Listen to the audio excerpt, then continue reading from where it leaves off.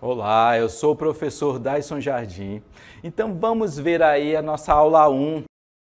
Na nossa aula 1, nós vamos ter aí, olha, sobre o objeto de conhecimento composição do ar, né?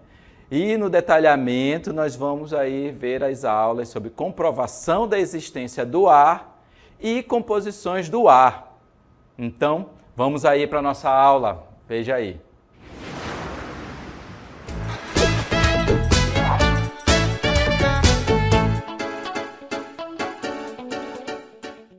Muito bem, né? Então vamos dar início à nossa aula 1 de ciências. Como vocês puderam ver, nós vamos falar sobre o ar, né? Então a gente vai conhecer um pouquinho sobre o ar, sua composição, onde a gente consegue encontrar o ar, qual é a sua importância na nossa vida, né? Então a gente vai iniciar aí a nossa aula com duas perguntinhas que, se vocês quiserem, vocês podem colocar aí também pelo chat, tá? O que é que vocês acham dessas perguntas? Então, quanto à composição do ar, vamos observar aí na nossa imagem. De que você acha que o ar é composto, né? O que é que vocês acham, né, que tem no ar, né? O que é que a gente consegue encontrar? E a composição do ar, ela é idêntica em todas as regiões do planeta, né? Então a gente trouxe essas duas perguntinhas para dar início à nossa aula. Essa imagem mostra pra gente uma pessoa que está respirando, né? Como nós fazemos a todo momento, porque a gente precisa aí levar gases, né, que fazem parte da atmosfera para os nossos pulmões. Então, o ar tem aí uma grande importância na vida dos seres vivos, né? Então, a gente vai observar qual é essa composição do ar. E a gente vai ver que o ar ele é composto por gases, né? Existem diferentes gases que compõem aí o ar atmosférico. Então, o gás, ele é um composto molecular que possui características como a grande compressibilidade. A professora Roberta, ela vai falar para a gente algumas características do ar e ela vai falar com mais detalhes sobre a compressibilidade, tá? Porque ela é uma característica ali que está relacionada com o gás, tá? Então, ele é um composto molecular que vai apresentar essa característica de compressibilidade, onde ele consegue ali, ó, reduzir o seu espaço, né, reduzir essa quantidade em um determinado espaço. E ele também, além de ser comprimido, ele também vai ter a capacidade de se expandir, tá? Então, o processo de compressão e expansão está relacionado com as características do gás, né, ou dos gases, além de não possuir um volume fixo. E aí, para a gente falar um pouquinho sobre essa característica do gás, a gente trouxe aqui duas imagens. Essa imagem representa aqui para a gente, ó, a famosa seringa, né? Então, a gente tem aqui a seringa, onde uma pessoa está apertando essa seringa. Só que quando ela aperta esse êmbolo que está presente aqui na seringa, ó, observe que ela está apertando. Ela fecha essa pontinha da seringa. Quando ela fecha, o que que acontece? O gás que estava nesse espaço, ele é comprimido. Observe aqui, ó, o processo de compressibilidade. Ele é comprimido e ele vai o quê? Ocupar um espaço, né? Por isso que o gás, ele ocupa um lugar no espaço.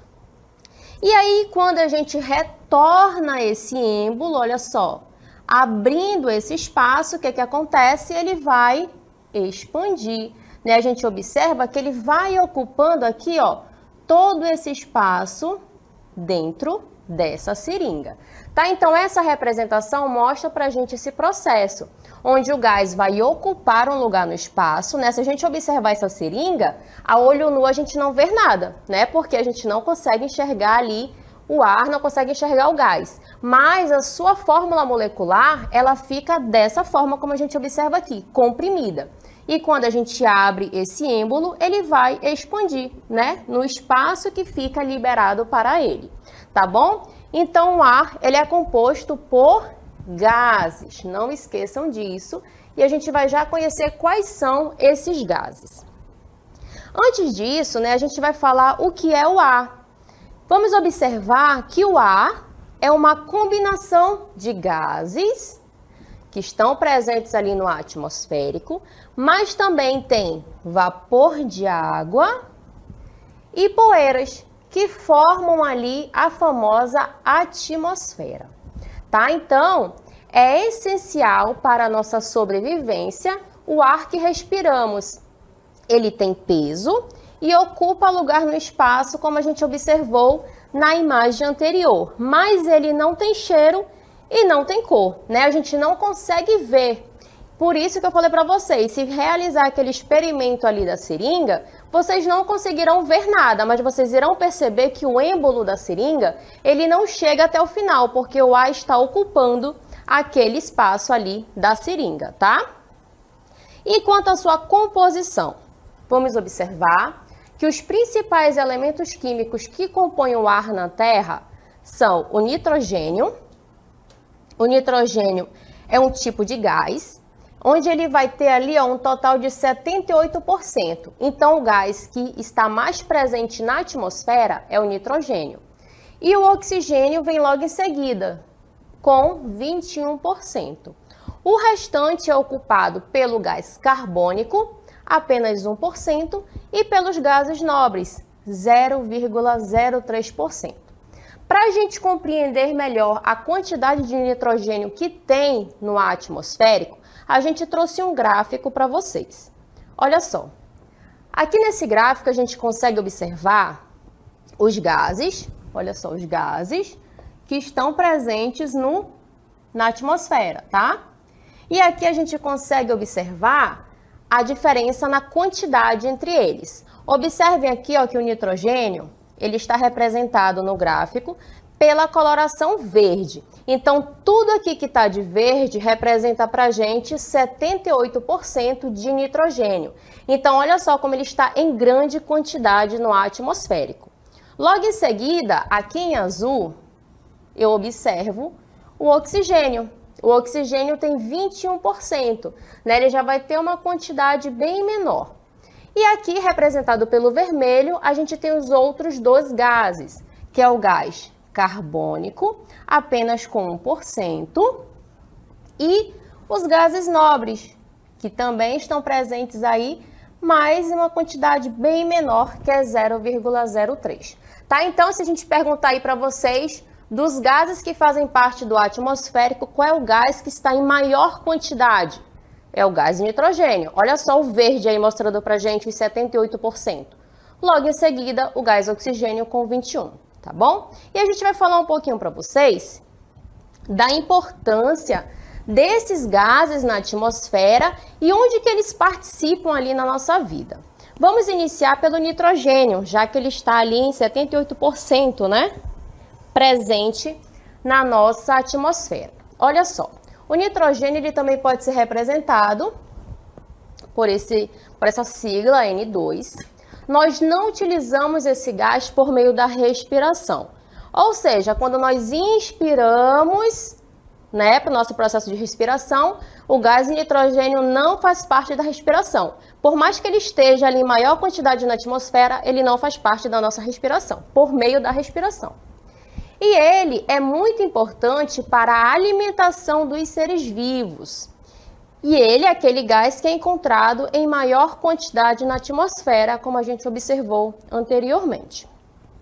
Aqui a gente mostra para vocês o ciclo do nitrogênio, né? De que maneira ele participa aqui na nossa Terra. Então a gente tem aqui o símbolo do nitrogênio, representado pelo N2. E a gente observa algumas transformações que acontecem até ele chegar no nosso organismo, né? Então, a primeira transformação que acontece, a gente pode falar que é a transformação do nitrogênio em amônia. Quando a gente fala em amônia, a gente está falando dessa representação aqui, ó.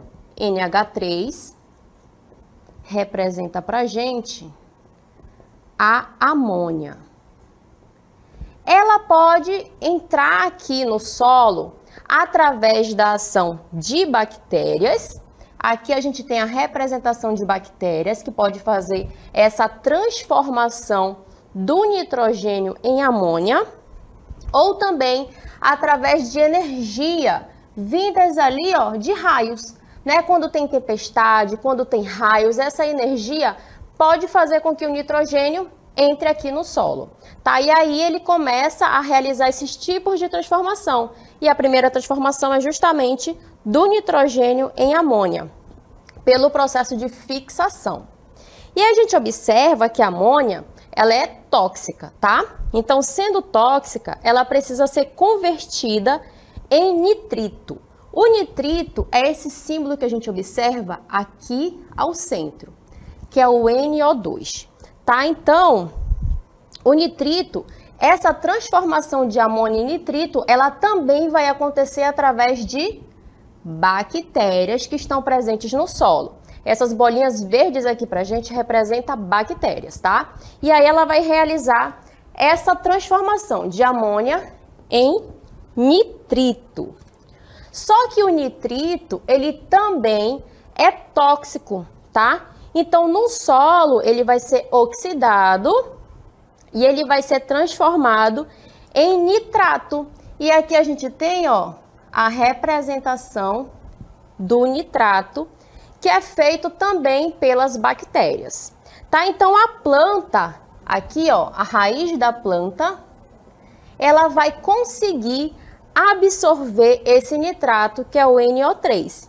E aí, quando a planta consegue absorver esse nitrato, né, a gente sabe que existem ali animais que se alimentam, né, de vegetação, como, por exemplo, o boi, e aí ele começa a fazer parte da cadeia alimentar, né? Então, quando o boi vai se alimentar da planta, por exemplo, o nitrogênio, né, já faz parte ali dessa composição, tá bom? Então, a gente observa a importância das bactérias para realizar aí, ó, todas essas transformações que fazem parte do ciclo do nitrogênio, que é aquele gás que está em maior quantidade na nossa atmosfera, tá bom? Então, a gente trouxe aí essa representação para a gente observar onde eu encontro esse nitrogênio, por que ele é importante, né? Porque a gente observou aí que a ação das bactérias, né, que realizam essas ações, ela consegue ali transformar numa substância onde é absorvida pelas plantas e aí a partir desse processo ela consegue entrar na cadeia alimentar, tá bom? E aí a gente vai continuar observando outros ciclos que fazem parte aí dos gases que a gente está observando na nossa aula. E aqui a gente vai observar o exemplo do oxigênio. Olha só, o oxigênio, também conhecido como O2, é um gás utilizado na respiração dos seres vivos. Quando a gente fala daquela respiração aeróbica, a gente está falando dos seres vivos que precisam do oxigênio para respirar, como por exemplo nós, né? A gente precisa do gás oxigênio para conseguir ali realizar o nosso processo respiratório. E aqui a gente tem um ciclo bem simples do oxigênio, né? A gente tem aqui, ó, o oxigênio que está presente no ar. A gente trouxe essa representação, né? Daqui a pouco a gente vai falar um pouquinho mais sobre a fotossíntese, porque o oxigênio é o gás que é liberado no processo de fotossíntese, só que ele fica na nossa atmosfera em maior quantidade através da ação das algas que estão presentes nos mares. Só que a gente também trouxe aqui a participação das plantas que liberam esse oxigênio. Só que ela libera, mas ela também consome, tá? Então, a gente tem aqui a representação do oxigênio, né?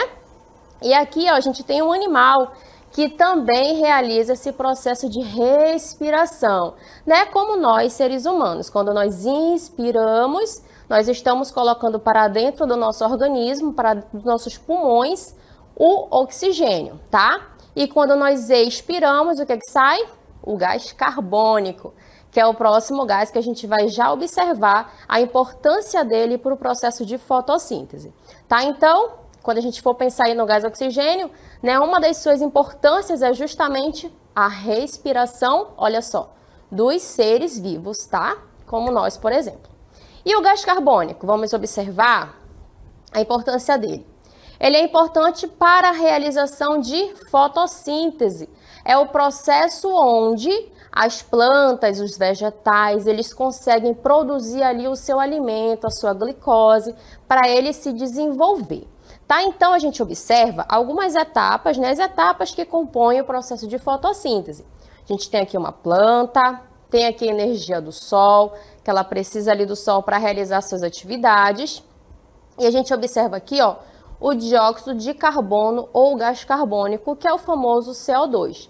Onde é que ele está presente? No ar, né? Então, a planta, a folha, ela tem uma estrutura que ela consegue capturar, né? Ela vai captar ali o gás carbônico.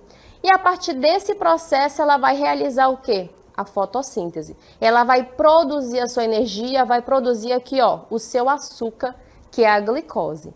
Nesse processo, né, ela produz o açúcar e ela vai liberar aquele oxigênio que a gente observou na imagem anterior, tá? Então, a gente tem aqui, ó, o gás carbônico importante para, ó, fotossíntese. A planta, ela consegue capturar o gás carbônico para fazer o quê? O seu processo de produção de energia, tá bom?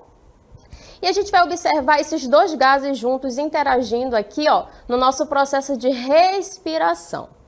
Nessa próxima imagem, a gente vai observar o oxigênio, né? O oxigênio é aquele gás que entra, vai até os nossos alvéolos pulmonares, e aí lá nos alvéolos pulmonares que estão presentes no nosso pulmão, ocorre ali a troca gasosa. Nesse processo da troca gasosa, o gás carbônico sai através dos nossos pulmões, tá? Então, na respiração, o gás que entra e que participa aqui, ó, dessas trocas gasosas, é o gás oxigênio. Então, o oxigênio vai entrar e nesse processo de troca, o gás carbônico irá sair dos nossos pulmões através do sistema respiratório, tá? Então, são os dois gases que participam da nossa respiração, o gás oxigênio e o gás carbônico, tá bom? Além desses dois gases, vamos observar também os gases nobres, né, que a gente viu que ele está presente na atmosfera. Então, vamos conhecer quais são os gases nobres. O argônio, a gente tem aqui a representação, né, do argônio, que a gente pode encontrar lá na tabela periódica, que vocês irão conhecer mais para frente. O neônio, Ne, o radônio, Rn, o hélio, por que o hélio está aqui de outra cor? Porque o hélio é um gás que é utilizado para encher balões. Não sei se vocês já viram aqueles balões que ficam flutuando pelo ar. A gente segura ali numa cordinha e o balão fica flutuando. Se a gente soltar esse balão, ele vai embora. Porque dentro dele tem hélio, o gás hélio que faz aí essa mágica, né, acontecer, tá bom? E a gente trouxe aqui para vocês o exemplo do balão que foi cheio, né, por gás hélio. Criptônio é um outro gás nobre e o xenônio também, tá? Xe. Dificilmente, né, esses gases se combinam com outras substâncias, tá bom? Além disso, né, além desses elementos, é possível encontrar na composição do ar outros componentes cuja presença não é necessariamente natural e que podem variar de acordo com a localidade. Trata-se da poeira, da fumaça, do vapor de água e também de micro-organismos, tá? Então, isso aqui responde também a nossa primeira pergunta, né? A gente não vai encontrar o mesmo ar em todos os lugares. Por isso que a gente observa aqui nessa imagem, né? A gente trouxe aqui uma representação, é claro, mas existem ambientes onde o ar vai ter um ar melhor, né, mais puro para nós respirarmos, e vai ter lugares onde o ar vai estar contaminado, vai estar com muita poeira, né, vai estar com poluentes. Então, existem ali diferenças na composição do ar, né, vai depender aí daquele ambiente. Como a gente falou ali que além dos gases tem também o vapor d'água, a gente trouxe para vocês uma representação bem simples, tá, para mostrar para a gente a água no seu estado de vapor, porque ela também está presente na atmosfera. E onde é que a gente consegue encontrar água no estado de vapor? Através aqui, ó, das nuvens, né? Então, ela vai estar presente ali na atmosfera, no seu estado de vapor. Essa imagem representa para a gente o ciclo da água, tá? Só para a gente ter uma ideia de como é que funciona. O que vai diferenciar aqui é justamente a temperatura. A gente observa aqui, ó, quando ocorre a precipitação, cai a chuva, onde a água percorre ali rios, e aí ocorre aqui, ó, o processo de evaporação até ela condensar novamente. Tá? Então, na atmosfera a gente consegue encontrar aqui, ó, o vapor de água, tá? Presente aí na nossa atmosfera.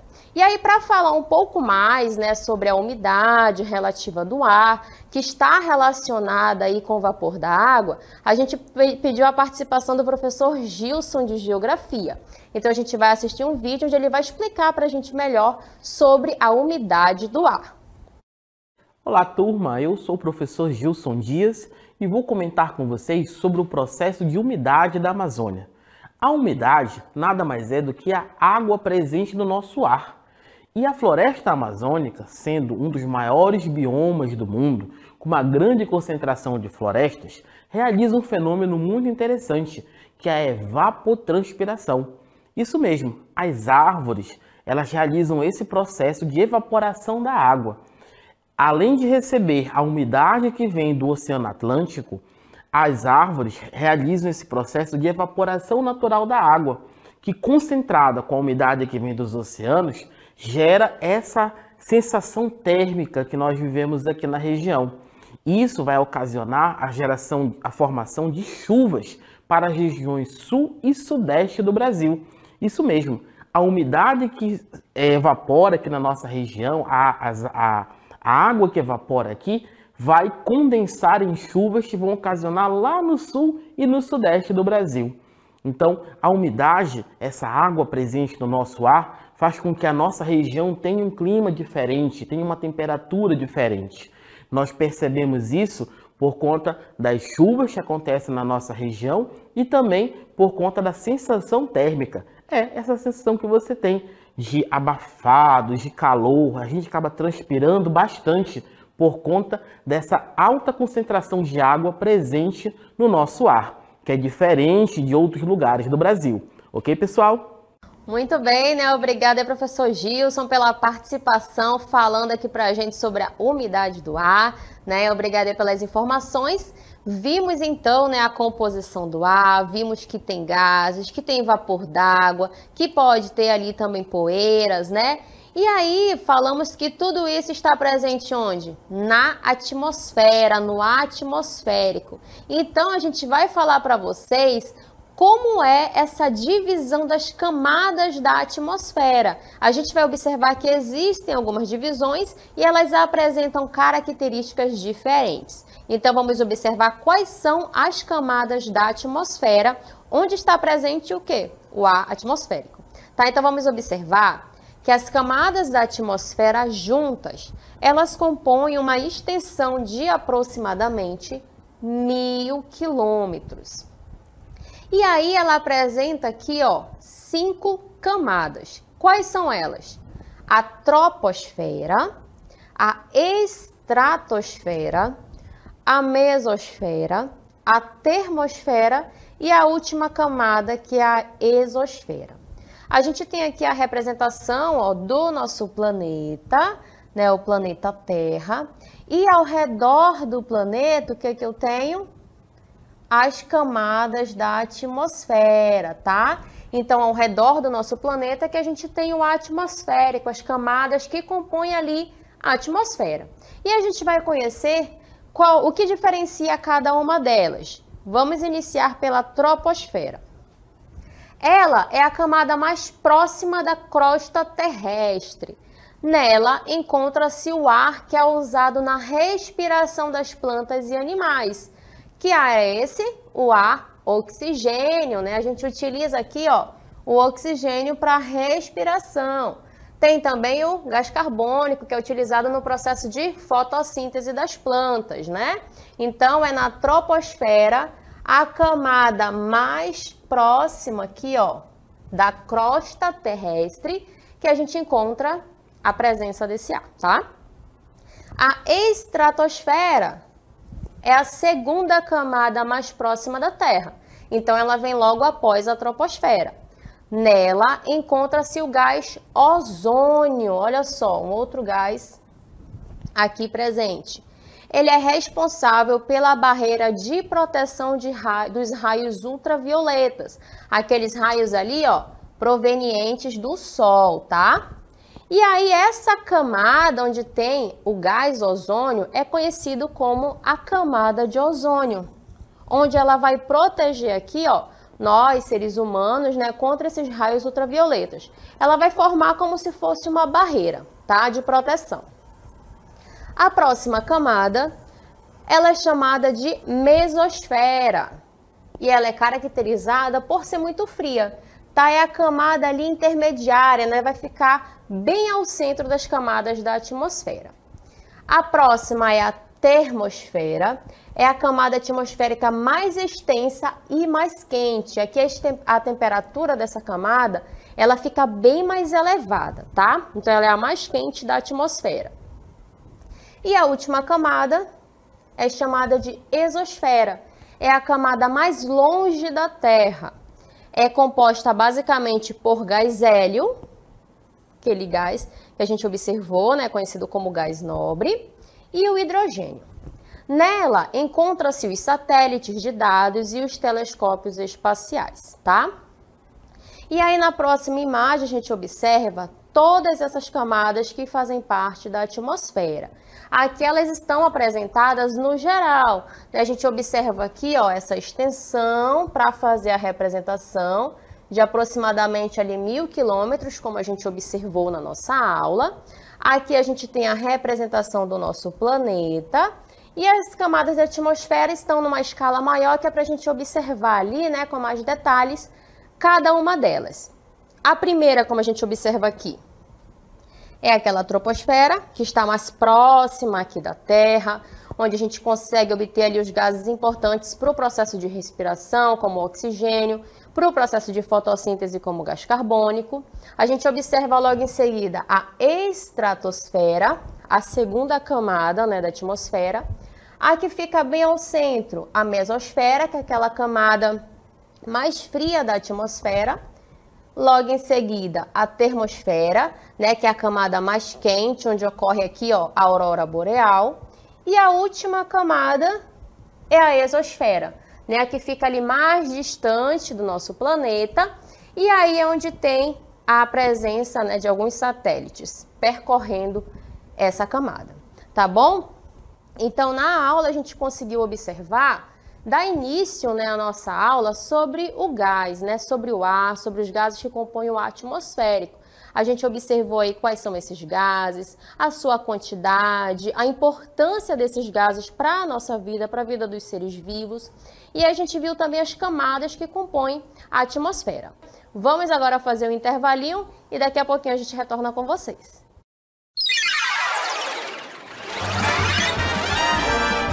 A sua aula continua no próximo vídeo.